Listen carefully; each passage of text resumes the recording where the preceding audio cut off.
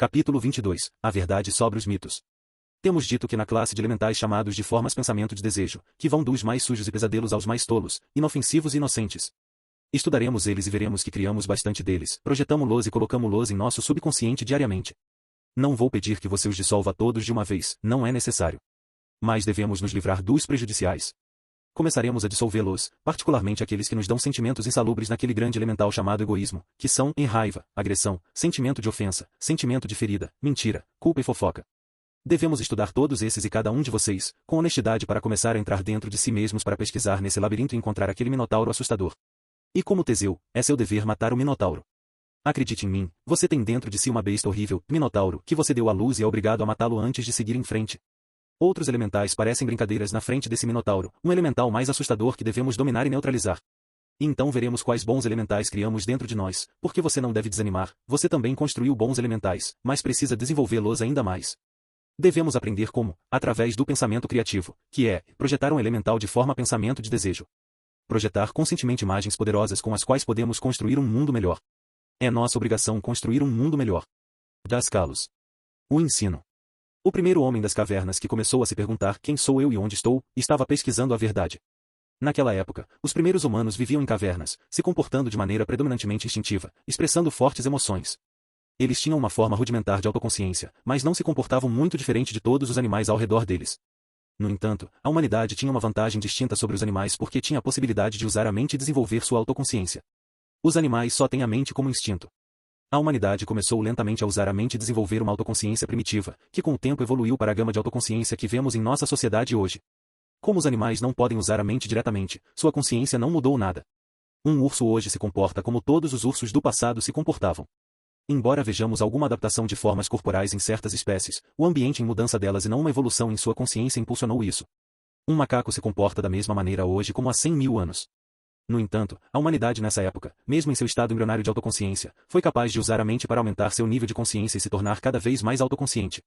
Durante esse período, humanos e animais viviam em um mundo muito perigoso. Quando olhamos para a vida animal, vemos que as inteligências divinas deram diferentes tipos de proteção a diferentes animais. Um leão tem força física, dentes e garras, um coelho tem sua incrível rapidez e uma tartaruga tem sua casca e assim por diante. E quanto à humanidade? O que Deus deu à humanidade para protegê-la? A mente. A humanidade tem a capacidade de usar a mente como razão e inteligência para se proteger. Vivendo precariamente nesse ambiente hostil com muito poucos recursos, os homens das cavernas sentiram a necessidade de criar deuses para protegê-los e acreditavam que eles os ajudavam. Eles estavam certos na crença de que esses deuses estavam protegendo-os. O que eles não perceberam foi que eles mesmos eram os que estavam criando esses deuses. Na realidade, esses deuses eram elementais e os homens das cavernas os criaram subconscientemente.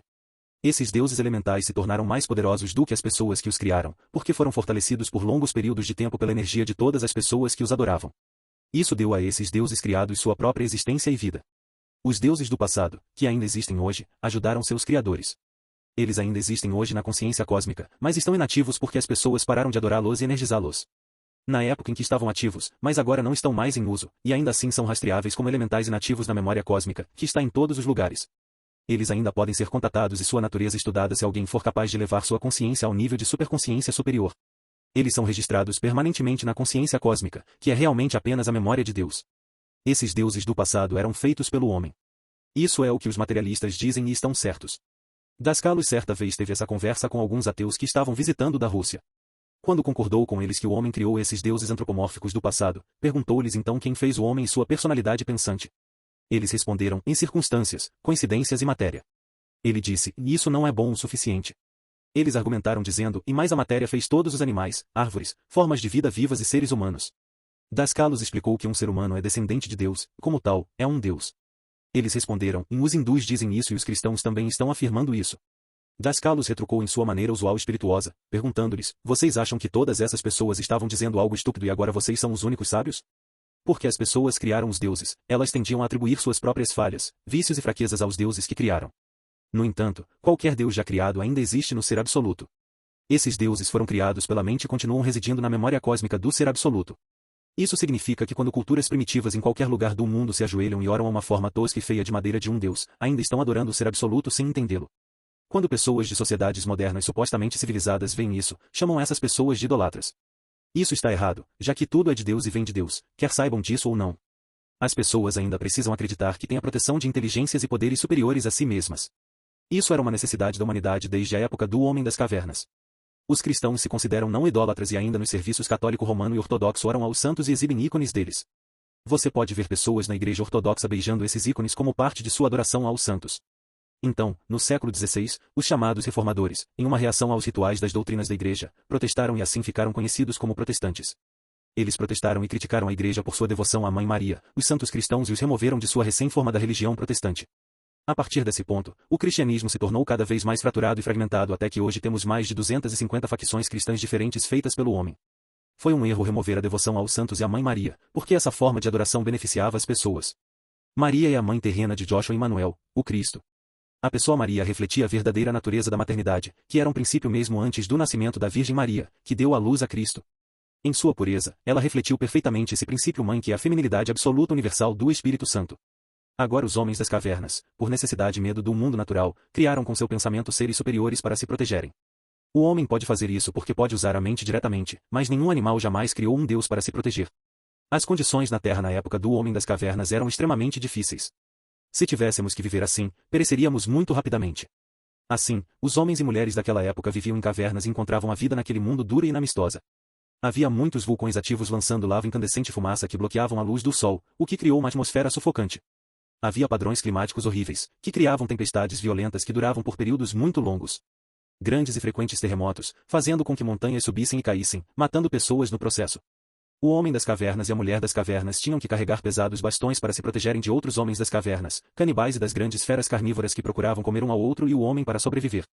A autoconsciência primitiva do homem das cavernas usava a mente apenas para se proteger e satisfazer suas emoções cruas, mas extremamente fortes.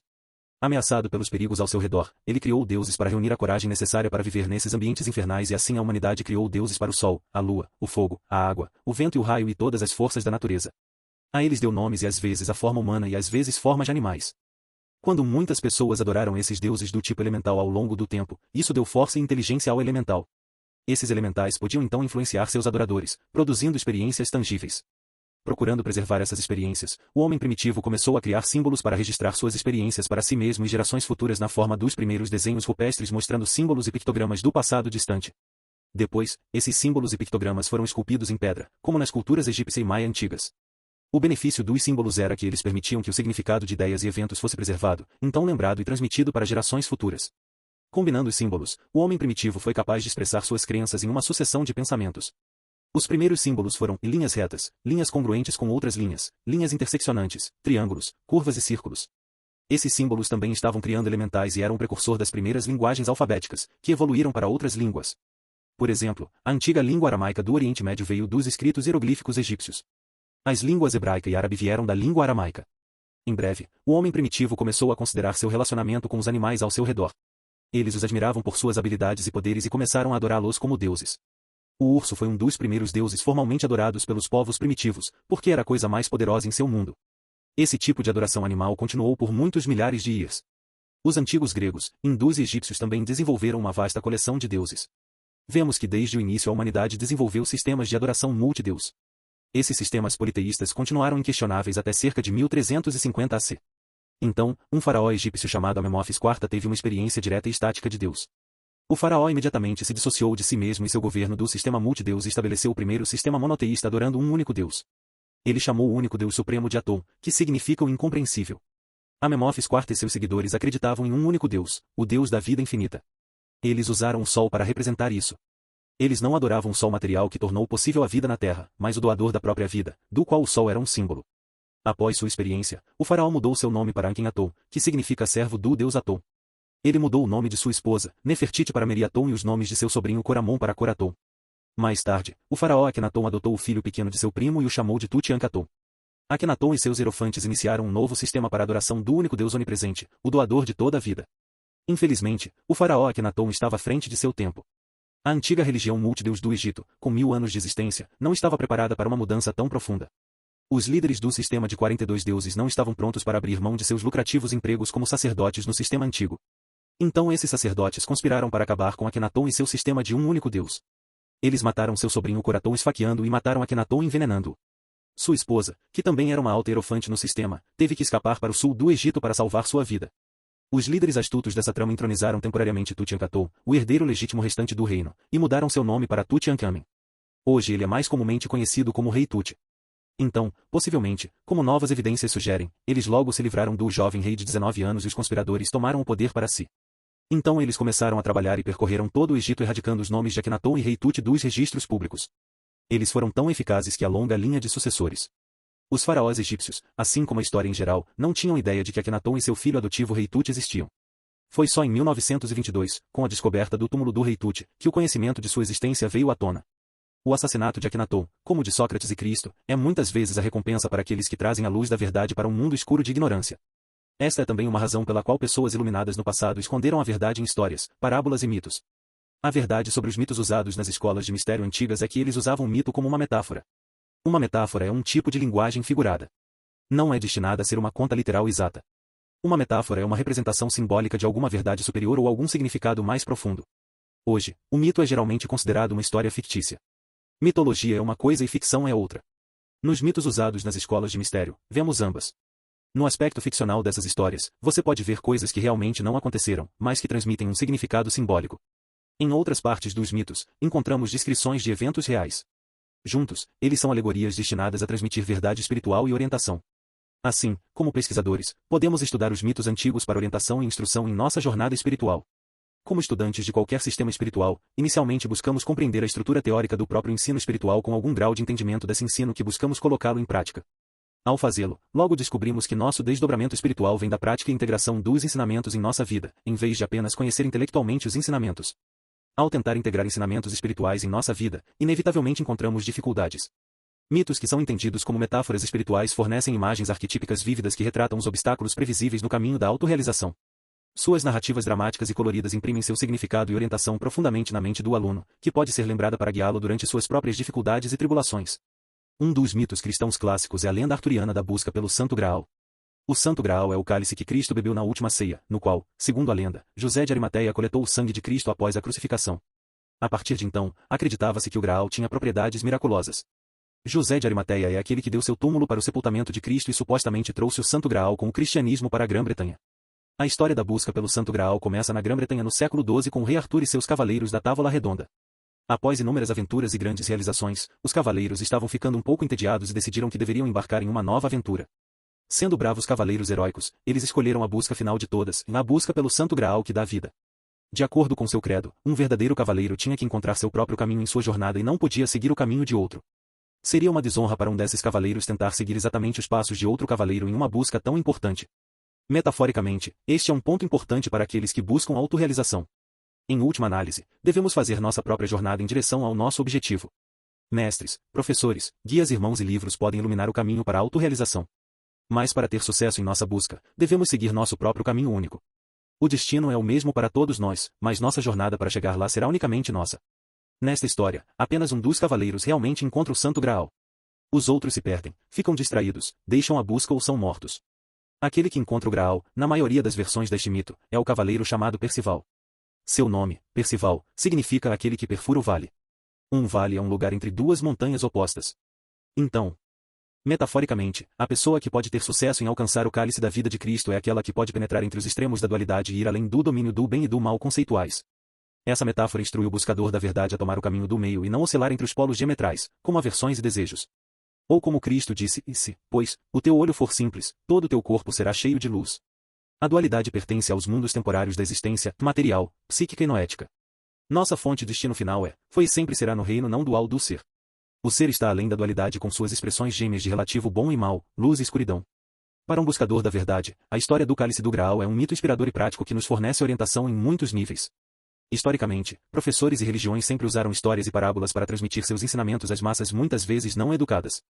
Na Palestina bíblica, Joshua Emanuel, o Cristo, usou parábolas para velar seus ensinamentos daqueles que se opunham a ele, ao mesmo tempo que os revelava àqueles com ouvidos para ouvir. Nas antigas escolas de mistério da Grécia e do Egito, os candidatos espirituais recebiam mitos como metáforas para meditar, a fim de acelerar seu desdobramento espiritual. Esses mitos metáforas servem como orientação prática durante o processo de desdobramento espiritual ou o que é chamado de jornada do herói. Em tempos passados, os candidatos espirituais eram frequentemente retirados do mundo, isolados em um mosteiro e concentrados principalmente em sua vida espiritual. Isso foi feito em parte para isolar o aspirante das vibrações mais grosseiras do mundo, para que ele pudesse se tornar mais facilmente consciente e sintonizado com vibrações espirituais mais refinadas. Hoje, porém, a maioria dos buscadores espirituais ainda está engajada em esforços mundanos e atividades familiares enquanto tenta trilhar o caminho espiritual. Nessa condição, as vibrações mundanas e espirituais podem se misturar e causar confusão. Além disso, o buscador de hoje tem uma abundância de material para estudar e considerar. Quando feito aleatoriamente, isso também pode causar confusão e um tipo de congestionamento teórico. No entanto, quando corretamente entendidos, os mitos espirituais clássicos dissipam a confusão e servem como um guia confiável para os buscadores da verdade hoje. Outra história usada nas escolas de mistério gregas foi a do Minotauro cretense. O Minotauro era um monstro furioso com cabeça de touro, dentes de leão e corpo de homem. Representava desejos incontroláveis e poderosas expressões egoísticas na humanidade. O Minotauro era o descendente do touro de Poseidon e da esposa do rei Minos.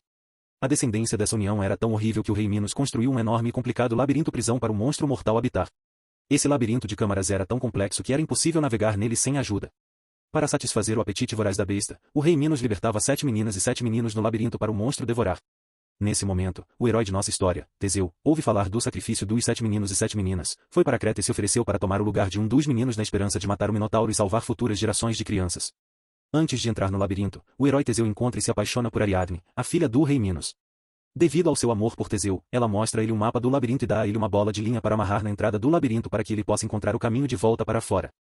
Então, no dia seguinte, Teseu desenrolou a bola de linha enquanto entrava na escuridão sombria do labirinto do Minotauro. Teseu passou por cima dos ossos das vítimas anteriores, encontrou o Minotauro, matou e escoltou os outros jovens sacrificiais para fora do labirinto, seguindo a corda de volta à entrada. Essa metáfora representa simbolicamente a tarefa essencial de qualquer buscador espiritual que entra no labirinto de seu próprio subconsciente. Lá, eles encontrarão seu egoísmo destrutivo que tem consumido a vitalidade éterica de seus próprios 7 centros de energia, chakras. Os 7 jovens simbolizam os 7 chakras principais. Como Teseu, precisamos de ajuda se quisermos ter sucesso em eliminar completamente nosso próprio egoísmo. Essa ajuda pode vir de ensinamentos espirituais ou pode vir de um guia-irmão que nos ama e está disposto a nos guiar. Essa ajuda, simbolizada pela princesa Ariadne, pode e vem de nosso próprio anjo da guarda, que está pronto para nos mostrar o caminho para sair do labirinto de nossa própria confusão e entrar na luz da verdade. O Minotauro de nosso próprio egoísmo tenta continuamente nos afastar da luz e nos levar para a escuridão de sua toca convoluta, onde ele tem a vantagem. Nossa própria jornada heroica exige que neutralizemos esse adversário interno e encontremos nosso caminho de volta para fora do labirinto e para a luz.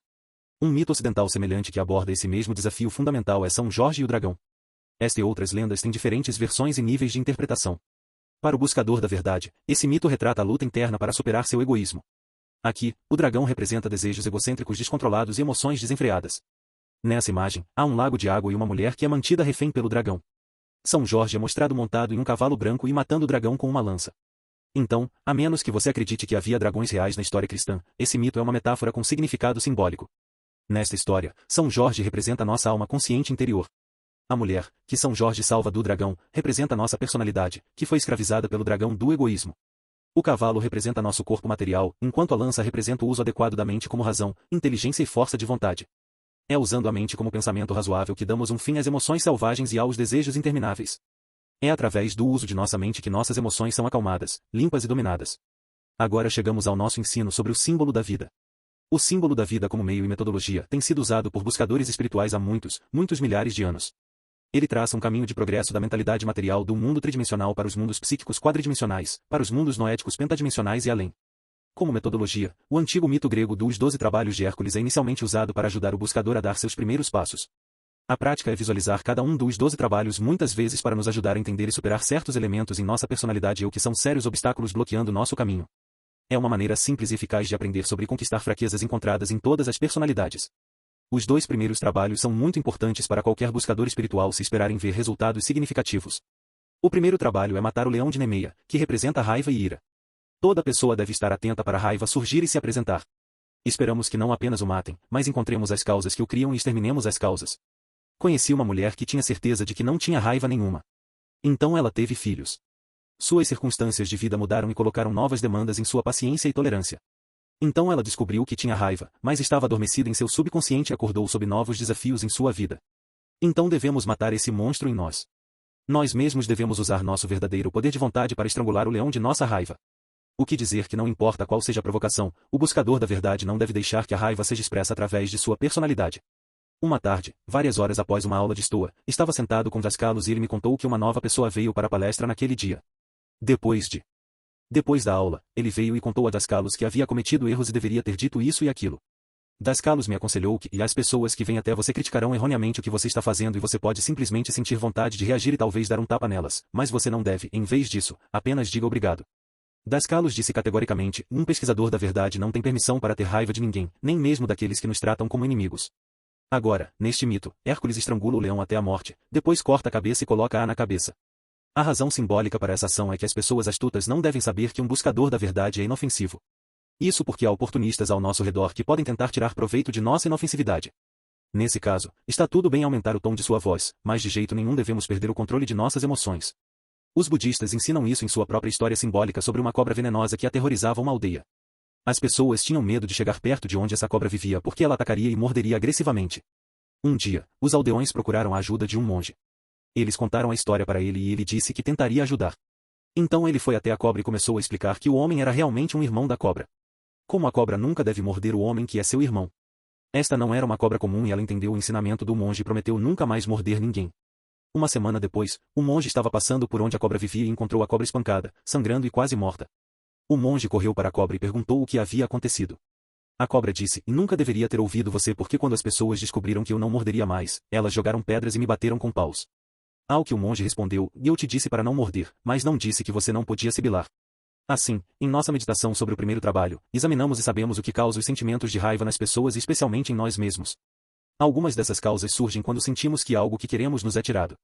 Ou quando algo que não queremos nos é imposto. Os catalisadores mais comuns e mais perigosos para a raiva são o sentimento de ofensa pelas pessoas e seu espírito gêmeo, o sentimento de ferida pelas pessoas. Agora devemos contemplar o que acontece depois que um leão de raiva se torna ativo em alguém. Basta pensar no que um leão feroz pode fazer. O que pode fazer uma pessoa que está sob a influência da raiva irada? No mito, diz que as armas eram inúteis contra esse leão. As armas são um símbolo de elementais úteis que podemos tentar usar para parar esse leão da raiva. Mesmo os bons elementais não podem matar a raiva em nós. Em vez disso, nosso herói, Hércules, deve agarrar o leão e estrangulá-lo até a morte. Isso mostra que apenas a verdadeira força de vontade que pode sufocar e matar a raiva na personalidade não pode ser eliminado de outra forma. Assim, o herói Hércules deve surgir e matá-lo, só então ele pode cortar a pele e a cabeça, limpá-la e colocá-la na própria cabeça. Então Hércules volta para o palácio do rei usando a cabeça e a pele do leão, e todos ficaram aterrorizados e se esconderam debaixo das mesas ou correram. Esta parte significa que depois de matarmos a raiva em nós, às vezes temos que vestir a pele e a cabeça do leão para que outros não tirem vantagem da mente tranquila e do coração amoroso de um buscador da verdade. Quando vestimos a pele e a cabeça, os outros podem ver os dentes do leão morto, mas a cabeça de um leão morto não pode morder os outros. Este é o ponto. Assim, encontramos grandes ensinamentos e orientação prática escondidos nos mitos. O propósito daqueles que criaram o mito dos 12 trabalhos de Hércules era mostrar o caminho em direção ao esclarecimento e à autorrealização, e não apenas inventar histórias de ninar para crianças. A prática geral. Quando fazemos as meditações da Escola de Mistério sobre os 12 trabalhos de Hércules, estamos trabalhando em nossa oficina noética em nossa mente, que é representada pelo número 10 do centro no símbolo da vida. Antes de começarmos, sentamos ou reclinamos-nos em um lugar confortável, sentindo-nos completamente relaxados mentalmente, emocionalmente e fisicamente. Inalamos e exala em um ritmo constante, confortável e rítmico, como descrito anteriormente. Então, em nossos olhos mentais, construiremos o ambiente em que o trabalho terá lugar. Visualize todo o trabalho em detalhes e observe a cena se desenrolar. Em seguida, contemplamos como os elementos simbólicos dos trabalhos se desenrolam em nós e em nossa vida. A prática, e matando a hidra do desejo. Esta e outras práticas longas podem ser gravadas e reproduzidas para você mesmo, ou lidas por um amigo enquanto você visualiza cada uma das etapas nas meditações. Cada meditação deve ser feita várias vezes para poder ver os detalhes claramente e ser capaz de entrar profundamente em seu significado. No segundo trabalho de Hércules, ele recebe a ordem de localizar e matar a hidra de Lerna, que era uma grande serpente gorda com 9 cabeças que vivia em um pântano fedorento. A hidra estava devastando as plantações e o gado dos fazendeiros perto da cidade de Lerna. Era uma criatura tão fedorenta e venenosa que sua respiração podia matar. Então Hércules levou seu primo, Iolaus, com ele para caçar e destruir a hidra. Para esta prática, visualizamos o pântano pútrido em uma floresta e Hércules como um homem forte de ação, com seu primo Iolaus como um jovem bonito. Em sua oficina noética, você criará toda essa cena em detalhes ricos. Comece vendo Hércules forçando a hidra de sua casa no pântano, atirando flechas flamejantes no pântano. Quando a besta emerge do pântano para a terra seca na floresta, visualize Hércules sacando sua adaga afiada como uma lâmina e cravando-a profundamente no pescoço da hidra de 9 cabeças. A enorme serpente se contorce de agonia, gritando um grito horrível enquanto Hércules corta completamente uma das cabeças de seu corpo massivo. No momento em que a cabeça da hidra é cortada, 2 outras cabeças emergem do ferimento aberto e são curadas. Ao ver isso, o companheiro de Hércules, Iolaus, incendeia a floresta e começa a entregar a Hércules marcas flamejantes quentes cada vez que Hércules corta outra cabeça. Hércules continuou a cortar as cabeças, queimando o ferimento aberto com as marcas flamejantes de Iolaus antes que mais cabeças pudessem aparecer, e assim Hércules mata o monstro. Agora veja Iolaus e Hércules cavando um buraco profundo no chão e enterrando a hidra morta e suas cabeças cortadas, completando assim o segundo trabalho. A hidra representa nossos desejos inferiores descontrolados. Suas múltiplas cabeças representam os vários tipos de desejos que todos temos. O pântano simboliza nosso subconsciente onde a serpente de nossos desejos se esconde. Hércules representa nosso eu da alma e Iolaus representa nosso anjo da guarda que ajuda neste trabalho. As marcas flamejantes dadas por Iolaus são a mente moldada como pensamentos razoáveis, que podem dar um fim aos desejos emocionais descontrolados. A adaga usada para cortar desejos descontrolados é nosso poder de vontade.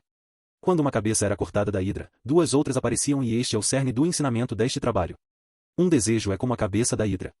Se você cortar um desejo, dois outros desejos aparecerão, a menos que o fogo mental da razão seja usado para cauterizá-lo, impedindo que mais desejos cresçam em seu lugar.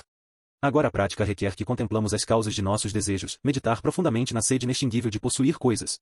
Claro que desejos pelas coisas necessárias da vida não são ruins, mas ser escravos de nossos desejos apenas para possuir mais e mais não é necessário ou bom. Em meditação profunda, visualizamos essas cenas e as causas situacionais da vida real que ativam desejos em nós.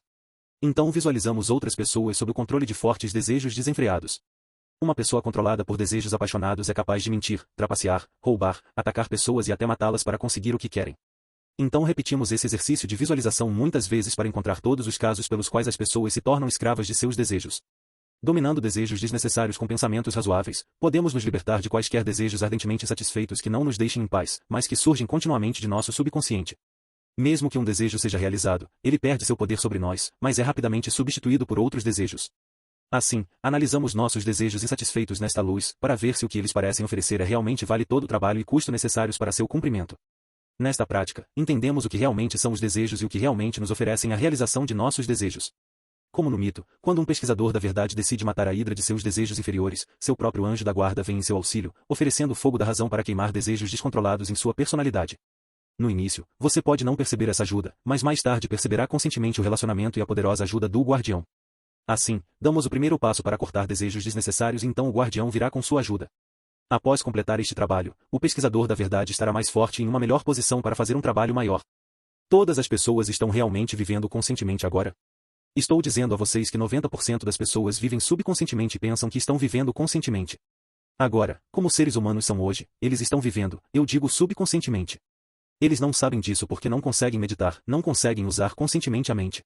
O que Joshua, o Cristo, estava chamando essas pessoas comuns ao nosso redor, mesmo nos chamados países civilizados? Os mortos. Deixem que os mortos enterrem seus próprios mortos. Então, para Joshua, o Cristo, as pessoas comuns ao redor eram consideradas mortas e não estavam realmente vivas, assim como são hoje. O que estou dizendo a vocês é que hoje a maioria das pessoas não vive e apenas pensa que vive. Eles não sabem quem são, pois se soubessem quem eram, tudo seria muito diferente. O mundo material bruto, que embora seja um mundo mais baixo, é lindo e poderia ser transformado em um paraíso, se os seres humanos soubessem quem eram. Eles não sabem. E quando um pesquisador da verdade decide se juntar à pesquisa, ele não diz, Senhor, espere até que eu enterre meu pai e então eu o seguirei. Porque ele ou ela ouvirá, e siga-me e deixe os mortos enterrarem seus próprios mortos. Siga-me, o que isso significa?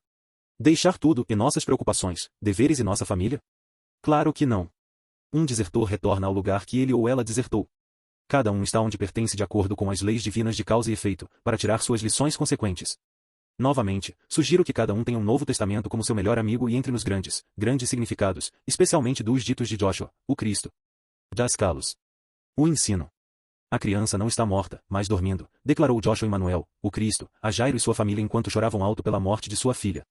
Quando ouviram o pronunciamento de Joshua, e todos riram dele, pois sabiam que ela estava morta. Joshua desculpou a multidão de amigos e familiares duvidosos, permitindo apenas a mãe, o pai e 3 de seus discípulos companheiros mais próximos da menina falecida ficarem. Ele pegou-a pela mão e disse a ela em aramaico, Talita cum. O que significa, e menininha, eu digo a você, levante-se. Imediatamente a menina de 12 anos se levantou e andou. Com isso, todos ficaram completamente espantados. É interessante notar que, nesse relato bíblico, quando Joshua foi para a casa de Jairo para restaurar a vida ao corpo morto da garotinha, ele não permitiu que todos os seus discípulos companheiros viessem, apenas João, Tiago e Pedro. A razão para isso é que, ao fazer trabalho de cura em uma pessoa, pode ser útil ter amigos amorosos presentes que desejam cooperar na cura dessa pessoa. No trabalho de cura, se você tiver alguém presente que duvida, seus pensamentos duvidosos, elementais, podem influenciar negativamente o trabalho de cura. Na história da ressurreição de Lázaro dos mortos, Joshua novamente se refere a alguém cujo corpo material realmente havia morrido como não morto, mas apenas dormindo. Ele disse a seus discípulos, nosso amigo Lázaro adormeceu, mas vou lá acordá-lo. A metáfora de Joshua era tão convincente que os discípulos pensaram que ele estava falando sobre sono natural. Então os discípulos responderam: e se ele dormir, então ficará melhor. Vendo que seus discípulos completamente o ponto foi perdido, Joshua teve que dizer claramente: Lázaro está morto e, por sua causa, estou feliz por não estar lá, para que vocês possam acreditar. Mas vamos até ele. Lázaro tinha apenas 15 anos naquela época e já havia sido curado da epilepsia por Cristo. Ele morava em Betânia com suas duas irmãs, Maria e Marta. Na época em que Joshua e os discípulos chegaram a Betânia, Lázaro estava morto há 4 dias, seu corpo sepultado em uma caverna e selado por uma grande pedra. A pedido de Joshua, as pessoas removeram a grande pedra que selava a caverna túmulo de Lázaro. Uma vez removido, Joshua agradeceu a seu Pai Celestial por ouvir suas orações. Então, em voz alta, Joshua chamou: Lázaro, saia. Lázaro emergiu do túmulo, suas mãos e pés enrolados e amarrados em tiras de linho com o rosto coberto por um pano. Joshua disse: soltem-no e deixem-no ir. Tiro de uma perspectiva histórica esotérica, este é um evento importante na curta vida material de Joshua na Palestina há cerca de 2000 anos. Este milagre foi uma prova visível da verdade dos ensinamentos orais de Joshua e demonstrou que ele foi enviado por Deus, mas o objetivo subjacente deste milagre não era apenas reanimar um corpo perecível, mas também inspirar fé nas pessoas e mostrar a misericórdia de Deus de uma maneira incontestável. Como sua crucificação e ressurreição, Cristo estava provando a verdade de seus ensinamentos de que não somos apenas um corpo mortal, mas também uma alma imortal que não pode ser ferida ou morta. Perderíamos muito dos significados mais profundos se considerássemos isso apenas um registro histórico de um milagre físico. Pouco antes de ressuscitar Lázaro, Cristo apontou para o significado esotérico quando disse a Marta, a irmã de Lázaro: eu sou a ressurreição e a vida. Quem crê em mim viverá, ainda que morra, e quem vive e crê em mim não morrerá nunca. Tomado de uma perspectiva esotérica, este relato tem profundos significados ocultos. Em termos gerais, o significado deste relato é o de um verdadeiro despertar espiritual, a ressurreição da natureza divina da humanidade. Até mesmo os detalhes desse evento têm grande significado para um pesquisador da verdade hoje. Primeiro, vamos olhar para o significado do nome Lázaro. Lázaro é considerado uma forma de Eleazar, que significa a quem Deus ajudou. Lázaro simboliza uma personalidade que se envolveu, emaranhada na materialidade, incapaz de se ajudar, que dorme no túmulo de seu próprio subconsciente como se estivesse morta. É preciso o eu divino para despertar a personalidade de sua própria morte simbólica. Despertar uma personalidade vivendo uma vida aprisionada, emaranhada na materialidade e enterrada em sono profundo, não é uma tarefa fácil. É preciso muita vontade e poder para fazer isso. Simbolicamente, isso é declarado na história que Jesus chamou em voz alta: Lázaro, saia. Essa voz alta representa a poderosa vibração de nosso próprio poder de vontade divino chamando e atraindo nossa personalidade atual para estados superiores de consciência levando à plena autoconsciência, autorrealização. Quando Lázaro saiu conforme ordenado, ele ainda estava amarrado, suas mãos e pés atados com tiras de linho. Estes representam emaranhados, que prendem nossa personalidade durante nossas vidas terrestres, e se deixados sem controle, podem acabar induzindo um tipo de coma espiritual. Não há nada de errado em ter coisas materiais, especialmente quando as usamos para o bem. No entanto, estar muito envolvido em coisas materiais é se tornar seu escravo e isso pode colocar nossa vida espiritual em um sono profundo e profundo. Joshua fez com que as pessoas removessem a grande pedra que estava selando Lázaro em sua caverna e o chamou para sair. Aqueles que vivem sua vida estritamente através de uma consciência orientada materialmente se colocaram involuntariamente em uma casca semelhante a um túmulo, enquanto outros de mente semelhante os ajudam a selar com a pedra da materialidade. Uma vida excessivamente mundana sempre coloca pesados fardos de materialidade sobre um homem ou uma mulher, o que tende a sufocar sua vida espiritual. Hoje, esse peso mundano parece aumentar em quantidade e complexidade diariamente. Uma pessoa vivendo apenas dessa maneira pode ser considerada espiritualmente morta, e ainda assim podem ser ressuscitados para a vida real pelo chamado do divino dentro deles. Agora, ao ver Lázaro saindo de seu túmulo ainda envolto em suas roupas fúnebres, Joshua disse: soltem-no e deixem-no ir. Isso representa a libertação da personalidade de sua servidão material e sofrimento, com a restauração de sua liberdade para expressar sua vida novamente. Observe como em ambos os casos Joshua chama as pessoas presentes, companheiros mundanos de Lázaro, para remover a pedra da materialidade e os envoltórios dos emaranhados. Foram essas mesmas pessoas que envolveram Lázaro nesses laços e selaram seu túmulo com a enorme pedra. Às vezes, companheiros mundanos ajudam a nos prender e nos prender à materialidade. Uma vez que uma personalidade ouviu, entendeu e respondeu verdadeiramente ao chamado de sua natureza divina, nenhuma coisa material pode prendê-la. A parte desta história sobre as irmãs de Lázaro, Marta e Maria, também contém um valioso ensinamento. A personalidade de Marta era excessivamente ocupada e focada para fora. Marta simboliza uma consciência material focada para fora. Por outro lado, a abordagem de Maria para a vida simboliza uma consciência espiritual com um foco mais contemplativo para dentro. O relato diz: ela, Marta, tinha uma irmã chamada Maria, que estava sentada aos pés do Senhor ouvindo o que ele dizia. Marta estava distraída com todos os preparativos que tinham que ser feitos. Ela veio até ele e perguntou: Senhor, você não se importa que minha irmã me deixou para fazer o trabalho sozinha? Diga a ela para me ajudar. Marta, Marta, respondeu Joshua, você está preocupada e chateada com muitas coisas, mas só uma coisa é necessária. Maria escolheu o que é melhor e isso não lhe será tirado. Ambas as expressões Marta e Maria são necessárias. Sem trabalho externo, nada é feito. Sem devoção interior e receptividade espiritual, o trabalho externo sozinho se torna uma tarefa seca e mecânica. A mensagem da citação acima é ter cuidado para não valorizar excessivamente as atividades externas e mundanas em detrimento de uma vida espiritual interior. Então novamente no túmulo de Lázaro, vemos Marta expressando a visão material. Quando Joshua pediu que a pedra que havia selado Lázaro em seu túmulo por dias fosse removida, a prática Marta imediatamente viu um problema e apontou isso, dizendo a Joshua: Senhor, a esta hora ele cheira mal, pois está morto há 4 dias. Joshua respondeu: Não te disse que, se creres, verás a glória de Deus? Aqui, a mente mundana, como expressa por Marta, só podia perceber o perecível, o corpo material corruptor de seu irmão. Joshua, por outro lado, viu além do corpo material perecível, até a alma incorruptível, imperecível e a chamou de volta. O relato histórico desse evento termina com os altos sacerdotes judeus decidindo matar Lázaro antes que a notícia da ressurreição de Lázaro se espalhasse por Israel e fortalecesse os seguidores de Joshua. Felizmente, Joshua persuadiu Lázaro, Marta e Maria a fazer uma fuga rápida para Chipre antes que isso acontecesse. Mais tarde, na cidade de Larnaca, São Barnabé e o discípulo Marcos nomearam Lázaro bispo. Lázaro viveu por outros 30 anos em Larnaca. Em Larnaca existe uma igreja barroca do século IX dedicada a Lázaro, restaurada no século XVII. É construída sobre o último local de descanso de Lázaro. Se você entrar no cripta da igreja sob o santuário, encontrará o sarcófago de Lázaro. Ossos supostamente do corpo de Lázaro estão expostos e as pessoas vêm tocá-los em busca de inspiração em lembrança da ressurreição de Lázaro. O significado desta história transcende todas as religiões. Não se limita ao cristianismo, mas é uma experiência universal da condição humana. Este chamado de Cristo a Lázaro no túmulo é simbólico do chamado claro de cada espírito alma para sua personalidade. Este chamado é, foi e será. Será sempre soado. No entanto, cabe a nós estarmos prontos a qualquer momento e em todos os lugares para ouvir esse chamado e responder. Mesmo na breve história da psicologia, vemos líderes como Carl Jung, de 1875 a 1961, descrevendo esse chamado superior como um impulso transformacional dentro da psique humana. Quando acalmamos nossos pensamentos, acalmamos nossas emoções, podemos ouvir esse chamado de casa e sentir tangivelmente algo muito alto dentro de nós nos puxando de volta para nossa natureza divina. Agora chegamos a um pequeno paradoxo. Nas histórias anteriores, vemos Cristo se referindo àqueles cujos corpos materiais haviam morrido como não mortos, mas apenas dormindo. Neste próximo relato, Joshua chama aqueles cujos corpos ainda estão vivos de os mortos. Quando um homem se aproximou de Cristo e lhe disse: Eu quero segui-lo, mas meu pai e minha mãe estão vivos. Esperarei até a Páscoa e então o seguirei. Cristo respondeu a ele dizendo: E siga-me agora e deixe os mortos enterrem seus próprios mortos. Quando Cristo disse: E deixe os mortos enterrem seus próprios mortos, ele queria dizer que quando ouvimos o chamado para seguir Deus, não devemos hesitar ou adiar respondê-lo por causa de nossos relacionamentos terrestres. Cristo disse: Quem ama mais seu pai ou sua mãe do que a mim não é digno de mim, quem ama mais seu filho ou sua filha do que a mim não é digno de mim. Claro que Joshua não estava fazendo uma declaração egoísta aqui. Ele não estava dizendo que não devemos amar nossa família muito carinhosamente, ele estava fazendo um ponto importante de que não devemos colocar relacionamentos terrestres acima de nosso próprio relacionamento com Deus. Muitas pessoas vivem uma vida subconsciente e mundana vagando pela terra muitas vezes como sonâmbulos. Eles não levantam os olhos de seus padrões materiais habituais para buscar algo mais alto. Estes são os que Joshua se refere como os mortos, espiritualmente mortos naquela época. Os relacionamentos com os mortos não devem receber prioridade exclusiva sobre cultivar nossa própria vida espiritual, este é o ponto. É o mesmo hoje como era na época de Cristo. A maioria das pessoas hoje não está realmente viva. Eles não conhecem o eu superior, mas a pesquisa da verdade revela esse conhecimento de si mesmo e, ao encontrá-lo, ganhamos tudo mais. O reino de Deus, o reino dos céus está na natureza divina interior de cada um de nós. Encontre isso e tudo mais será nosso.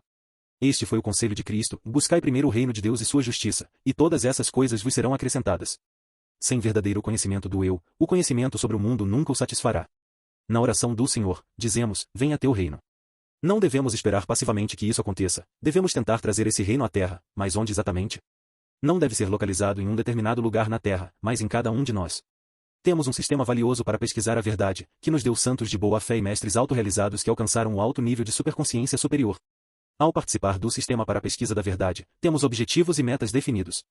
O primeiro é conhecer quem somos como personalidade por meio da experiência, introspecção e observação. O segundo é descobrir o que somos como alma e como vida. Terceiro, avançamos em nosso entendimento de Deus, o Logos e o Espírito Santo. Obter conhecimento do eu da alma também lhe dá conhecimento de Deus. O conhecimento de Deus também lhe dá conhecimento do eu da alma. À medida que avançamos ao longo do tempo, esse conhecimento se transforma em sabedoria. Adquirimos conhecimento quando nos concentramos em um assunto particular e iniciamos uma sequência de pensamentos. Quando nos concentramos em algo, na verdade estamos lançando luz noética, luz mental sobre ele, e isso nos dá informações e impressões, que, quando analisadas, produzem conhecimento sobre aquele objeto. Sabedoria é diferente do conhecimento, mas o conhecimento leva à sabedoria. A sabedoria é o que cada objeto de nosso estudo tem a oferecer-nos, e através da assimilação com ele, nos tornamos a sabedoria dele. Com o conhecimento, estamos em dualidade, há dois pontos distintos, você e o objeto. De sua atenção e foco, ele e eu. Com sabedoria, só há um ponto, eu sou ele. Nas primeiras etapas, conhecemos Deus através das chaves da meditação e concentração, depois, através da assimilação. Da mesma forma, primeiro conhecemos nosso eu interior por estudo e depois por assimilar nossa personalidade com o eu interior. Através da introspecção, identificamos e comparamos esses dois, a personalidade e o eu interior. Encontramos o ponto comum entre eles, que é a consciência, a autoconsciência da personalidade e a autoconsciência do eu interior. Então, primeiro adquirimos conhecimento e depois sabedoria. Uma vez que avançamos para este ponto, ninguém pode tirar a sabedoria de nós. Nosso conhecimento pode ser tirado por um argumento persuasivo contrário ao conhecimento que adquirimos. Ao alcançar a autorrealização, quem somos nós? Claramente, não somos apenas uma personalidade com forças e fraquezas que muitas vezes estão em confusão. Na autorrealização, descobrimos o que somos agora e sempre fomos, a alma. Para se desdobrar e sentir ser a alma, você não está perdendo sua personalidade. Desdobrar-se dentro de si significa que você está ganhando e não perdendo nada. Você ainda permanece você mesmo como uma personalidade com seu nome, mas agora suas expressões na vida serão diferentes, pois você não será mais guiado por fraquezas, medos e desejos inferiores. Mesmo que você queira se lembrar de experiências sombrias do passado, pode, mas quem quer? Uma vez que você vê a luz, ninguém vai querer voltar para a escuridão mental das ilusões. É como estar doente com gripe, uma vez que você se recupera, não quer voltar e ficar doente novamente. Podemos permanecer adormecidos para a maior realidade da vida e passar deste mundo e do próximo como um sonâmbulo vivendo habitualmente. Podemos continuar assim por vidas, mas não para sempre. Mais cedo ou mais tarde começamos a despertar, lentamente no início e depois começamos a viver cada vez mais conscientemente em nosso dia a dia. O que acontece durante a noite quando nosso corpo material está profundamente dormindo em nossa cama? O que é dormir? Toda noite nossa personalidade se retira de seu corpo material e entra em seu corpo psiconoético por várias horas. Durante este período, o Espírito Santo rejuvenesce o corpo material através do éter criativo e faz reparos para nosso benefício. Para onde vamos, como autoconsciência, durante esse tempo em que não estamos em nosso corpo material? Você poderia estar a apenas 10 metros de distância, em termos de localidade, sonhando em seu corpo psíquico. A pessoa média não desenvolveu seu corpo psíquico ao ponto de poder usá-lo independentemente para se expressar conscientemente como autoconsciência nos mundos psíquicos. Como a maioria das pessoas não tenta fortalecer e desenvolver seu corpo psíquico usando seu corpo mental, corpo noético, elas são como sonâmbulos nos mundos psíquicos também. Devido a isso, seu corpo psíquico não se torna ativo. Então este é nosso trabalho, ativar o funcionamento de nossos corpos psíquico e noético. Se não usássemos nosso corpo material, ele atrofiaria e não funcionaria corretamente. O mesmo acontece com os corpos psíquico e noético. Os seres humanos recebem esses três corpos e devem usá-los. Claro que todos sabemos como desenvolver e usar nosso corpo material através de uma vida saudável e exercício. Temos exercícios de meditação específicos que podemos usar para desenvolver nossos corpos psíquico e noético. À medida que nos tornamos mais alertas e conscientes durante nossa vida diária, automaticamente nos tornamos mais conscientes nos mundos psíquicos.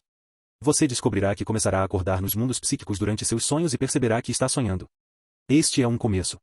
O reino dos céus são mundos dentro de mundos dos quais devemos tomar consciência e viver conscientemente. Algumas pessoas dizem que sonham, outras dizem que não sonham.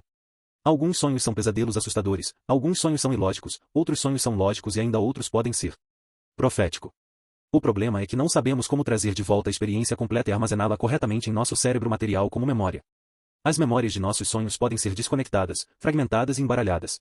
Por isso, a maioria dos sonhos das pessoas parece incoerente e ilógica. Não é que todos os seus sonhos são incoerentes, é que a memória da experiência não é impressa corretamente em seu cérebro material. Carlos explicou como isso acontece com um exemplo de uma câmera antiga do tipo filme, do tipo que você precisava girar o filme cada vez que queria tirar uma foto para avançar para o próximo quadro, para que cada foto fosse impressa separadamente. Ele disse, e digamos, se nosso cérebro material fosse como um filme em uma câmera e tirássemos uma foto atrás da outra sem girar o filme. O que veremos quando revelarmos esse filme? As fotos que tiramos estão lá, mas a forma como são impressas está errada. Portanto, não temos fotos claras. Assim, a razão para os sonhos confusos é a impressão errada das experiências. Além disso, há muitos pesquisadores da verdade que já estão trabalhando plenamente nos mundos psíquicos com seus professores, mas na manhã seguinte não se lembram muito. Claro que não é necessário lembrar de tudo no início. Eles podem trabalhar assim por anos até acordarem e então se lembrarão de todas as suas experiências. As meditações e práticas que Carlos ensinou fornecem os meios para criar uma ponte etérica entre o cérebro material e o corpo psíquico, o que permitirá que a memória de suas experiências psíquicas seja registrada no cérebro material. Atualmente, sua memória de suas experiências noturnas nos mundos psíquicos é apenas uma pequena parte de todas as suas experiências lá. Você esqueceu a maioria delas quando acordou de manhã. Inicialmente, lembrar dessas experiências requer prática para conectar os equivalentes etéreos do material, psíquico e corpos noéticos para que a memória possa ser transferida de um corpo para o outro. Muito mais tarde, quando alcançarmos os estados mais elevados de plena autoconsciência, não precisaremos depender dessa transferência de memória. Com treinamento, um pesquisador da verdade será capaz de diferenciar, conhecer e trabalhar conscientemente em seus três corpos. Com desenvolvimento adicional ao longo do tempo, o pesquisador com autoconsciência não mais dormirá à noite. Claro que o corpo material dormirá, mas a personalidade simplesmente se retirará do corpo material não para sonhar, mas para viver conscientemente dentro do mundo psíquico de maneira semelhante à do mundo material. Com avanço ainda maior, um pesquisador, se desejar, pode se tornar um ajudante invisível e vir em auxílio de outros nos planos psíquico e noético. O desdobramento espiritual é acelerado pelo serviço aos outros. Então, uma vez que respondemos ao chamado espiritual e começamos a segui-lo, podemos ser empoderados por nosso progresso e muitas vezes sentir o desejo de ajudar outras pessoas ao nosso redor. Aqui devemos usar cautela e distinguir entre os mortos e os dormintes. Os ensinamentos de Cristo nunca aconselham as pessoas a proselitizar ou pressionar suas crenças sobre os outros. Se tentarmos compartilhar os ensinamentos e nossos bons esforços não forem bem-vindos, o conselho é limpar a poeira de nossos pés e sair a não forçar. Então, ao tentar ajudar os outros, antes de falarmos, devemos tentar discernir entre aqueles que são os mortos espiritualmente insensíveis, neste momento, e aqueles que estão apenas dormindo. Se quisermos ajudar a despertar uma pessoa espiritualmente adormecida, devemos ir devagar. Primeiro, eles devem solicitar sua ajuda antes de você tentar. Não temos o direito de interferir no livre-arbítrio dos outros. Cada personalidade é diferente, então, antes de tentar ajudar, devemos chegar a um entendimento de quem contar o que, quanto contar e quando contar. Não teremos sucesso se corrermos para uma pessoa espiritualmente adormecida e dissermos a ela e acorda. Eu encontrei a verdade e você deve. Aceite agora. Isso terá quase o mesmo efeito que entrar correndo em uma pessoa dormindo em seu quarto, acendendo as luzes e gritando, e acorda, você deve acordar agora. Saia da cama. Essa abordagem só produzirá uma reação muito indesejável. Em vez disso, deixe a vibração amorosa de nossa abordagem ajudar os outros a dizer suavemente, e acorda meu amor. A prática geral. Em seu esforço para despertar espiritualmente, primeiro você deve desenvolver sua capacidade de se concentrar e meditar usando certos exercícios. Em segundo lugar, comece a considerar o que é seu corpo material. Você sabe que seu corpo material não se move independentemente de sua vontade. Você sabe que é você que move seu corpo de um lado para o outro de acordo com sua vontade. Pergunte a si mesmo, quem sou eu que posso mover meu corpo? De manhã, depois de dormir toda a noite, seus olhos se abrem e você pode agora dizer que está acordado, sai da cama, veste seu corpo e o move ao longo do dia. Quem é você que pode fazer tudo isso? Isso leva a dizer, eu sou uma personalidade e você sabe que como personalidade você tem combinações variadas de forças, fraquezas, pensamentos e sentimentos. O que é esse eu sou? Esta é uma linha de investigação mais difícil, a quem sou eu? O que são todas as pessoas ao seu redor, seus amigos e familiares? Certamente seus corpos materiais são semelhantes ao seu, mas definitivamente suas personalidades são muito diferentes das suas. Então, quem você é como personalidade? Toda noite, enquanto dorme, você entra em estados de sonho, mas durante 80% do seu sono, você entra em um estado sem sonhos, uma condição que parece um estado de não existência para você. No entanto, toda manhã você acorda, recomposto como a mesma personalidade que você era antes de adormecer na noite anterior, com os mesmos gostos, desgostos e interesses na vida. Onde você estava durante aquele sono sem sonhos? Se, durante esse tempo, você realmente fosse inexistente, como é que você acordou de manhã como a mesma personalidade? Então praticamos essa linha de pesquisa de duas maneiras. Como e por que sentimos e nos comportamos como fazemos, e como e outros sentem e se comportam como fazem. Isso se deve ao fato de haver uma causa para tudo isso que é comum a você e a todos os outros. Essa causa comum é o desejo. Desejo é o sentimento de querer algo que desperte seu interesse, você quer saber mais sobre isso, talvez queira possuí-lo e chamá-lo de seu. Por que você se sente assim com relação a certas coisas, mas não com relação a outras coisas? Da mesma forma, por que certas coisas fazem você ficar chateado e se comportar de uma maneira negativa e raivosa, enquanto outras coisas o inspiram e resultam em comportamentos positivos? Se você assumir essa linha de estudo, perceberá que pensava que se conhecia como personalidade, mas agora percebe que é muito, muito mais do que pensava antes. Agora uma investigação ainda mais séria começa quando você pergunta, quem sou eu? Você sabe que é homem ou mulher, mas o que é comum a ambos os sexos? Quem você é como corpo e personalidade masculino ou feminino é diferente um do outro, mas como homem ou mulher o que você é não é diferente. Homens e mulheres são seres espirituais eternos, sem diferença e ambos estão na mesma jornada em direção à autorrealização. O que qualquer homem pode fazer neste aspecto, qualquer mulher pode fazer e todos os seres humanos têm os mesmos direitos na vida e o mesmo destino final de autorrealização. A prática, quem sou eu? O que sou eu? Contemplando. Relaxe seu corpo e respire profundamente e confortavelmente. Inspire enquanto seu coração bate 4 vezes. Expire enquanto seu coração bate 4 vezes. Continue respirando nesse ritmo por alguns minutos. Acalme suas emoções e desacelere seu pensamento. Esqueça seu nome, esqueça seu gênero, porque como alma você não é nenhum dos dois. Então comece essa linha de questionamento, quem sou eu? Estou vivo, mas quem sou eu? Continue respirando profundamente, ritmicamente e confortavelmente. Agora pergunte, o que sou eu? O que sou eu como alma eu? Não tenha pressa. Qual é a relação entre o que sou como alma eu e quem sou como personalidade eu, com minhas forças e fraquezas, minhas maneiras de sentir e pensar? Pergunte, quem sou eu? O que sou eu? Essas são duas perguntas distintas porque nos mundos da existência somos duais, tudo é dual. Você está vivo, mas pergunte a si mesmo, o que sou eu como vida? É esse eu sou que me interessa e quero conhecer. Eu sou pertenço aos reinos do ser além dos três mundos da existência. Pergunte novamente, quem sou eu? O que sou eu? Espere que a resposta a essas duas perguntas chegue a tempo de dentro, de seu arcanjo guardião que está unificado com você como alma eu e como personalidade eu. O resultado será que você experimentará e saberá quem e o que você é. Você pode ter certeza de que está no caminho correto pelas forças que ganhará. Essas forças divinas não são dadas ao egoísmo de seu pequeno eu pessoal. Elas não são dadas de forma alguma, são latentes dentro de todos nós, basta encontrar e aprender a encontrá-las e expressá-las. Ao encontrar seu eu da alma, você encontrará suas forças divinas. Se fizer essa contemplação todas as noites antes de dormir, receberá a resposta de seu arcanjo guardião no momento em que estiver mais pronto para ouvi-la.